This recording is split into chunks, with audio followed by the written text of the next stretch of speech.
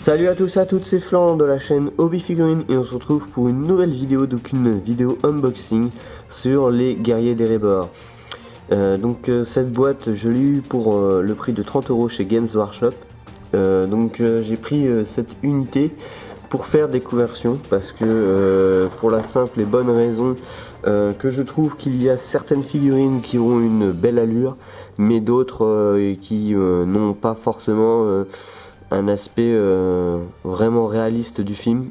D'ailleurs les figurines ne ressemblent pas du tout à celles du film, donc du coup je vais effectuer des conversions. Je pense que je vais garder quand même certaines figurines et faire des mixtes. Par exemple celle-ci ça peut aller parce que elle a pratiquement la bonne tenue, à part bien sûr la cotte de maille, c'est pas la même que les modes martel.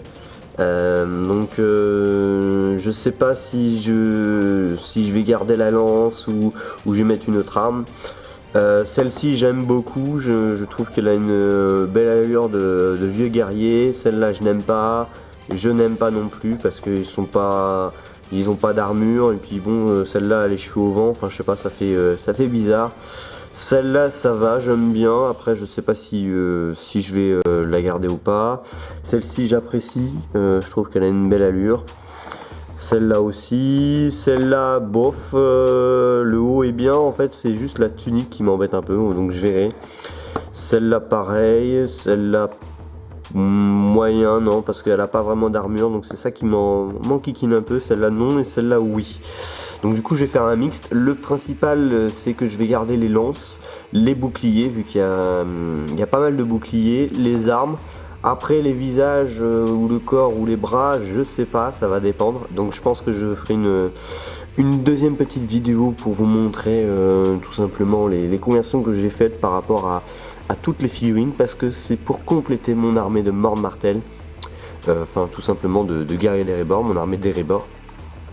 Donc du coup voilà, j'ai pris cette boîte, c'est la deuxième parce que j'en ai déjà acheté une, plus une boîte de Mord Martel, plus mon armée de Mord Martel, donc ça va commencer à faire pas mal de petites figurines. Donc maintenant on va passer à l'ouverture. Donc à l'intérieur on retrouve comme d'habitude les socles, donc les socles avec ouverture qui permettra en fait de clipser directement les figurines. Celles-ci sont à clipser.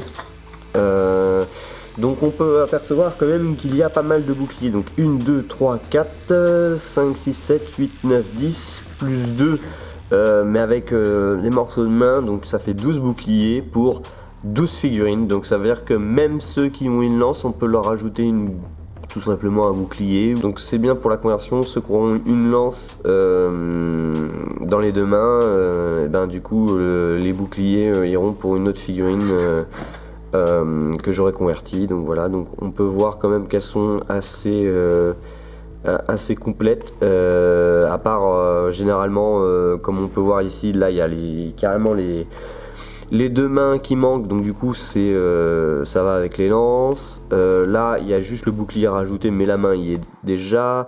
Là pareil, il y a un morceau de bras, mais bon ça reste, si je dis pas de bêtises, ouais ça doit être celle-là, voilà. Donc du coup il y a quand même une bonne partie à coller. Là juste le bouclier, là juste la lance avec la main. Là carrément avec les deux bras. Ici il doit y avoir une partie de main et une partie de bras. Là il y a juste la main avec le bouclier, donc ça correspond à, si je dis pas de bêtises, celle-ci. Voilà, celle-là, donc il y a juste la main, enfin juste le bras. Et en fait le bout de la lance va venir dans le petit creux là, tout simplement de la figurine.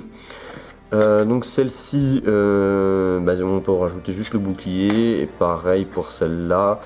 Donc voilà, bon après je trouve ça quand même dommage qu'ils ont essayé de faire des figurines qui ne ressemblent pas au film.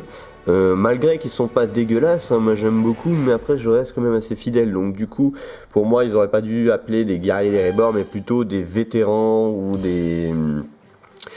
des survivants d'Erebor. Voilà, c'est plus, ils ont plus cette allure là, même si voilà, bon après c'est je vais pas trop chipoter, hein, mais moi c'est plus des guerriers d'Erebor. J'aurais aimé quand même qu'ils sortent après les morts de martel, des figurines avec lance et bouclier, donc qui ressemblent vraiment à ceux du film, pour compléter les morts de martel avec leur masse à deux mains. Donc aussi pourquoi j'ai voulu aussi compléter mon armée de morts de martel avec tout simplement des guerriers d'Erebor que je vais convertir, pour la simple et bonne raison que les morts de martel sont des figurines très chouettes, qui coûtent beaucoup de points au jeu et qui ne sont pas forcément très puissants par rapport au nombre de points qu'ils valent.